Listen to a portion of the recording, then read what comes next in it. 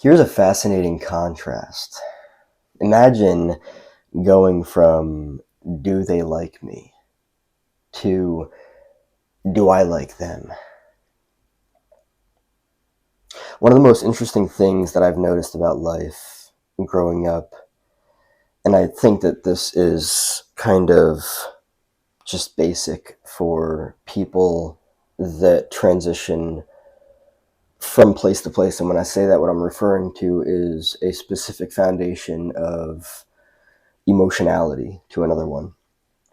You have you know, a specific childhood, and it's usually fucked up. It's usually unhealthy. And then you discover a bunch of things, and you either decide to evolve, you decide to grow, you decide to change and heal, or you don't.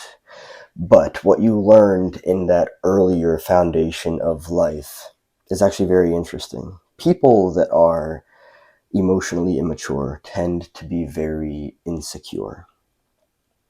Now, I understand that I've been talking a lot about emotional immaturity and people that are insecure. I'm not here to bash anybody. I'm not here to judge anybody. I am very much an architect of, I guess you could say, the mind, human behavior. I'm very fascinated by it. I am very curious as to how and why people tick the way that they do. There's no judgment here. There's no shame. There's no guilt. There's nothing like that. This is a safe space. But I specifically look at human behavior and why people are the way that they are. And I 100% accept people for where they are. It doesn't mean that I let them in my life. It doesn't mean that I decide to be friends with them. It just means that I see them where they are and I allow them 100% to be where they are. That's the reality of it. And that's also one of the coolest parts of healing, is that when you see that you are also at a certain point in your journey, you tend to have more compassion for people. You just allow people to be the way that they are. That's the way that it is. I don't see any reason to be hard on myself or anybody else. People are just they are where they are. That's it. But people that are emotionally immature, people that are insecure, they tend to look for the outside to complete them. And when I say that, what I'm referring to, well, I talked about this in another video the other day. What I'm referring to is that they have a lack of a sense of inner completeness. And because of that, they look for the external, they look for the outside to fulfill them. I've talked about extrinsic self-worth many times. This is the same concept. You're looking for something out there to fulfill you in here because, and I will use an extreme case in this just to make this understood. People that severely lack a sense of self. I'm referring to people that would be labeled as like narcissists and people with like, I don't know, BPD, or even those that are like histrionic. Yes, these are much more on the side of clinical terms. There are people that lacked such necessary fucking nutrients to self growing up that they unfortunately ended up with like, there's that word like maladaptive. It's like they ended up with a mal sense of self. They didn't really end up with a sense of self. There might be something there. But for a far majority, it's like corridors in like a massive castle where wind is just like howling through and it's cold and frigid as fuck. That's the insides of a lot of people. These are the people that are emotionally immature. These are the people that are insecure and look for the outside to fulfill them because, I mean, when you look at it for what it is, it's like there's not really anything in there.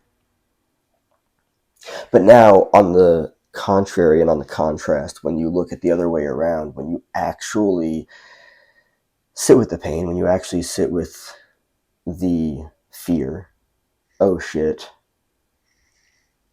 there's like close to nothing in there. Fuck.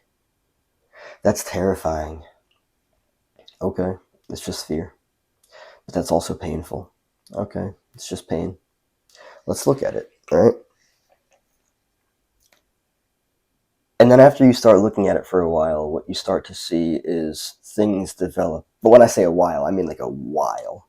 It takes time. It does. I don't believe that there's any quick fix to this. I'm not claiming that there's not. I just don't believe that there is with everything that I've learned and everything that I've practiced myself. It takes time to build personality. And if you fuck it up in childhood,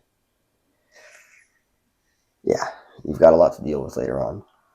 But really, the main theme of this video is talking about how people that are emotionally immature and with that insecure, they tend to look at things from a standpoint of seeking the external to fulfill them. So they're very much based on, do they like me? Oh, do I need to do something for them to like me?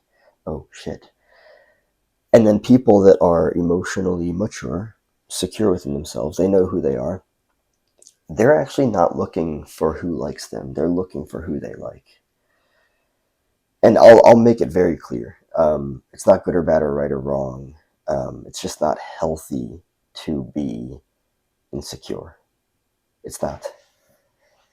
And it really fucks up your life because then when you're insecure, you're looking for, you're basically like looking to sell yourself rather than like buying people. I know that it sounds kind of like fucked up. This is not a matter of like oh, I'm buying this person. Oh, I'm selling myself to this person. But the more you ground in emotional maturity, security, all of that stuff, the more the way that you see yourself transforms. Of course. I mean, that's just the way that it works. But then with that, what happens is you start to see things in a way that it's like, oh, wait a second, I like myself. You go from somebody who maybe didn't like themselves, maybe even potentially hated themselves, to somebody who has actually some serious understanding of self because you've done the work to dive into yourself. And so then you sit with that and you're like, huh, this is actually very, very interesting. There's something seriously beautiful here.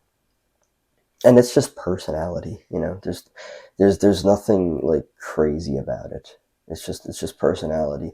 But you start to think more about who and what you are investing yourself in, who and what you are investing your emotional energy in. You get to decide that. You do. And people can come at you with whatever manipulative tactics they have. Oh, who do you think you are? Shut the fuck up. Just fuck off. It's not who I think I am, it's who I know I am, because I've done the work to figure myself out, and that's what's most important.